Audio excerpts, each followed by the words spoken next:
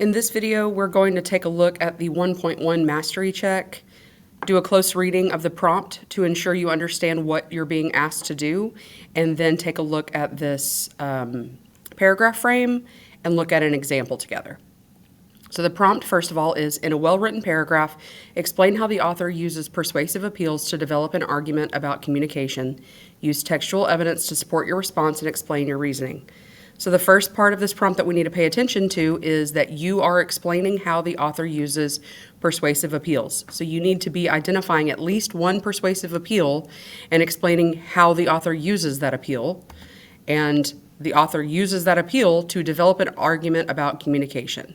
So it's two parts. The first part is identifying at least one persuasive appeal and how the author uses it.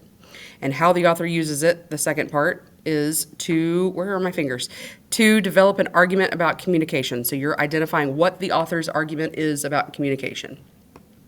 So the paragraph frame, in her article, We Need to Talk, author Celeste Headlee appeals to her audiences, and this is where you are identifying one of those persuasive appeals. So ethos, logos, pathos, and we're going to say appeals to her audiences, either emotions, sense of logic and reasoning, or sense of ethics. And in my example, I am choosing audience's emotions. So she's appealing to the audience's emotions in some way to develop her argument that, and then here is where we are identifying what her central claim is. And we did that together, and you should have this in your annotations on page 41 in your student workbook, your blue workbook. Her argument about communication is that society needs to be better at communicating, which includes speaking and listening. So we've got two parts there.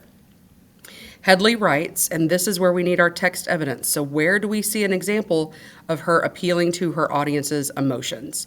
And the example I'm going to use is from her anecdote about the couple that were separated because of the earthquake, and then they were reunited on the radio. So I would provide a little context here. Headlee includes the personal anecdote about, and then give a little summary or a paraphrasing, and then include my specific text evidence, so my direct quote. Headlee writes, if I had been listening more carefully, I would have heard the turn in the conversation. I could have ended the segment and allowed Mallory and France their privacy. I didn't, and it still bothers me. I was too caught up in my own story to pay attention to others.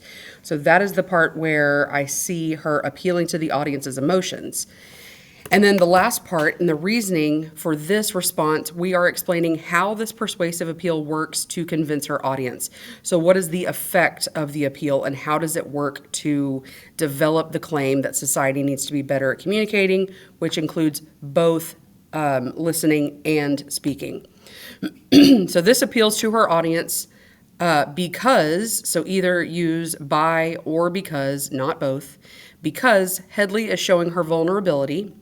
So it's showing like this is a weakness that she had, which causes her audience to have empathy with her situation, or make a connection to her because they can sympathize with her because they have also made similar mistakes that are embarrassing. So this is where you go in and explain how does that example create these certain emotions, and then how does that work to convince her audience of that central claim. So you're tying all of these things together.